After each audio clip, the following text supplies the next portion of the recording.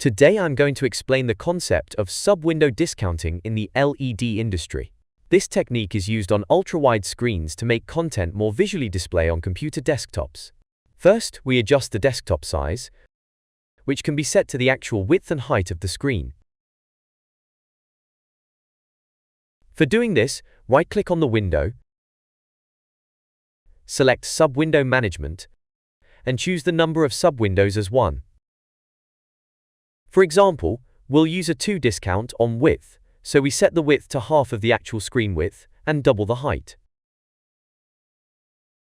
Then, select Create Content by Width Discount to create your content, which can be videos, photos, text boxes, etc.